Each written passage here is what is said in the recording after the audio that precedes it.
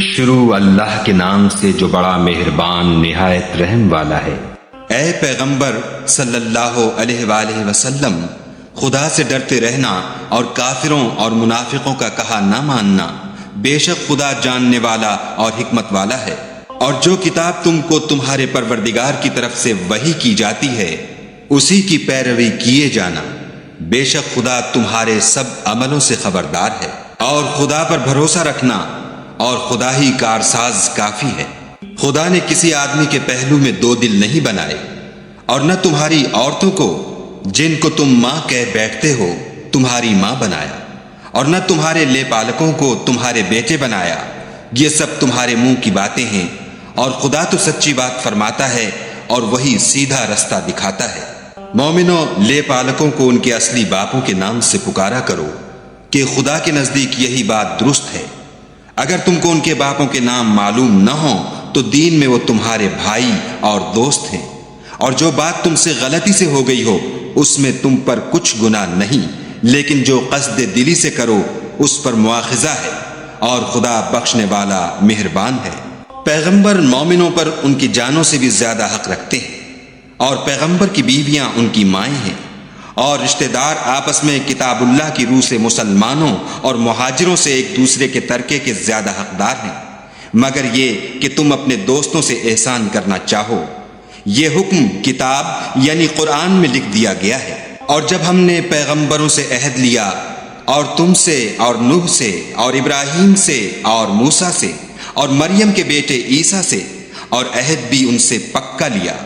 تاکہ سچ کہنے والوں سے ان کی سچائی کے بارے میں دریافت کرے، اور اس نے کافروں کے لیے دکھ دینے والا عذاب تیار کر رکھا ہے۔ مومنوں، خدا کی اس مہربانی کو یاد کرو جو اس نے تم پر اس وقت کی جب فوجیں تم پر حملہ کرنے کو آئیں تو ہم نے ان پر ہوا بھیجی اور ایسے لشکر نازل کیے جن کو تم دیکھ نہیں سکتے تھے، اور جو کام تم کرتے ہو خدا ان کو دیکھ رہا ہے۔ جب وہ تمہارے اوپر اور نیچے کی طرف سے تم پر چڑھ آئے، اور جب آنکھیں پھر گئیں اور دل مارے دہشت کے گلوں تک پہنچ گئے، اور تم خدا کی نسبت طرح طرح کے گمان کرنے لگے، وہاں مومن آزمائے گئے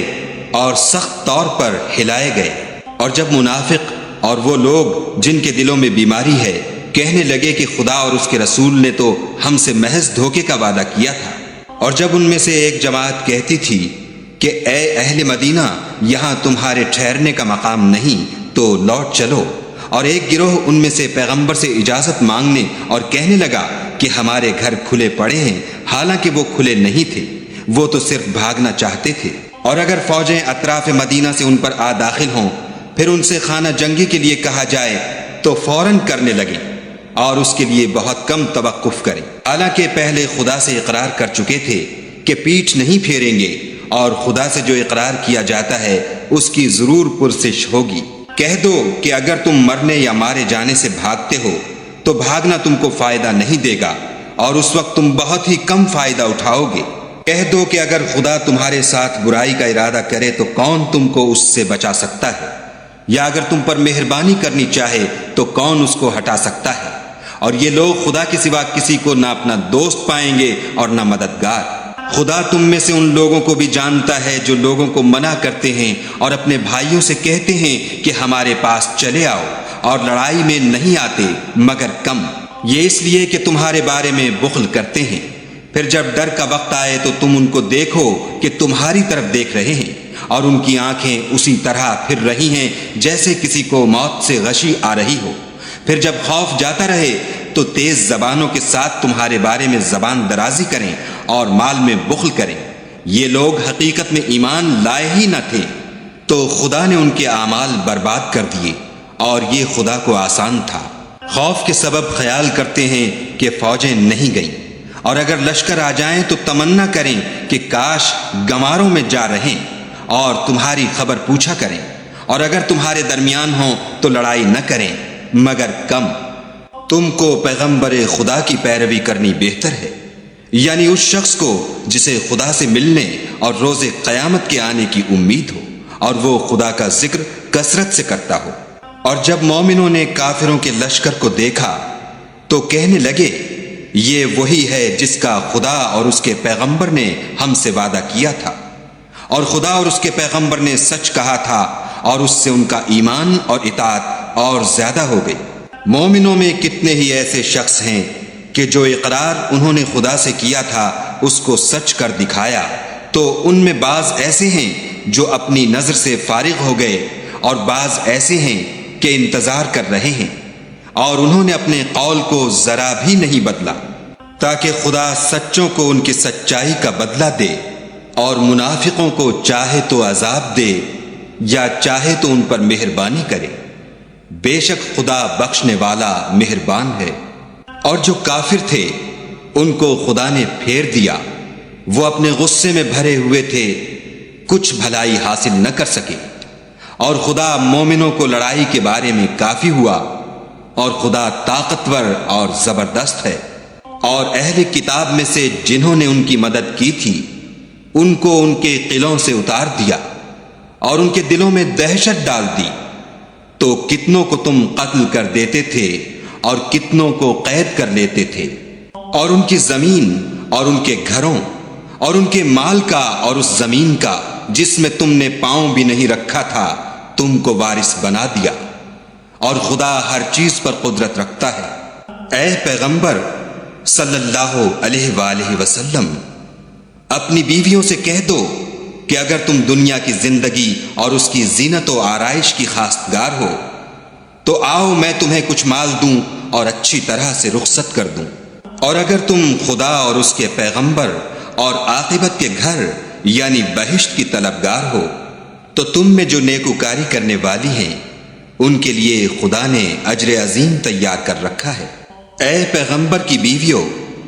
تم میں سے جو کوئی صریح ناشائستہ حرکت کرے گی اس کو دونی سزا دی جائے گی، اور یہ بات خدا کو آسان ہے۔ اور جو تم میں سے خدا اور اس کے رسول کی فرما بردار رہے گی اور عمل نیک کرے گی اس کو ہم دونا ثواب دیں گے، اور اس کے لیے ہم نے عزت کی روزی تیار کر رکھی ہے۔ اے پیغمبر کی بیویوں، تم اور عورتوں کی طرح نہیں ہو، اگر تم پرہیزگار رہنا چاہتی ہو تو کسی اجنبی شخص سے نرم نرم باتیں نہ کیا کرو، تاکہ وہ شخص جس کے دل میں کسی طرح کا مرض ہے کوئی امید نہ پیدا کر لے، اور ان میں دستور کے مطابق بات کیا کرو، اور اپنے گھروں میں ٹھہری رہو،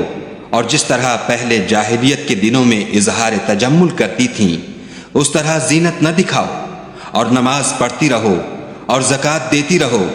اور خدا اور اس کے رسول کی فرما برداری کرتی رہو۔ اے پیغمبر صلی اللہ علیہ وآلہ وسلم کے اہل بیت، خدا چاہتا ہے کہ تم سے ناپاکی کا میل کچیل دور کر دے اور تمہیں بالکل پاک صاف کر دے، اور تمہارے گھروں میں جو خدا کی آیتیں پڑھی جاتی ہیں اور حکمت کی باتیں سنائی جاتی ہیں ان کو یاد رکھو، بے شک خدا باریک بین اور باخبر ہے۔ جو لوگ خدا کے آگے سر اطاعت خم کرنے والے ہیں، یعنی مسلمان مرد اور مسلمان عورتیں، اور مومن مرد اور مومن عورتیں، اور فرما بردار مرد اور فرما بردار عورتیں، اور راست باز مرد اور راست باز عورتیں، اور صبر کرنے والے مرد اور صبر کرنے والی عورتیں، اور فروتنی کرنے والے مرد اور فروتنی کرنے والی عورتیں، اور خیرات کرنے والے مرد اور خیرات کرنے والی عورتیں، اور روزے رکھنے والے مرد اور روزے رکھنے والی عورتیں، اور اپنی شرمگاہوں کی حفاظت کرنے والے مرد اور حفاظت کرنے والی عورتیں، اور خدا کو کثرت سے یاد کرنے والے مرد اور کثرت سے یاد کرنے والی عورتیں۔ کچھ شک نہیں کہ ان کے لیے خدا نے بخشش اور اجر عظیم تیار کر رکھا ہے۔ اور کسی مومن مرد اور مومن عورت کو حق نہیں ہے کہ جب خدا اور اس کا رسول کوئی امر مقرر کر دیں تو وہ اس کام میں اپنا بھی کچھ اختیار سمجھے، اور جو کوئی خدا اور اس کے رسول کی نافرمانی کرے وہ صریح گمراہ ہو گیا۔ اور جب تم اس شخص سے جس پر خدا نے احسان کیا اور تم نے بھی احسان کیا یہ کہتے تھے کہ اپنی بیوی کو اپنے پاس رہنے دے اور خدا سے ڈر، اور تم اپنے دل میں وہ بات پوشیدہ کرتے تھے جس کو خدا ظاہر کرنے والا تھا اور تم لوگوں سے ڈرتے تھے، حالانکہ خدا ہی اس کا زیادہ مستحق ہے کہ اس سے ڈرو۔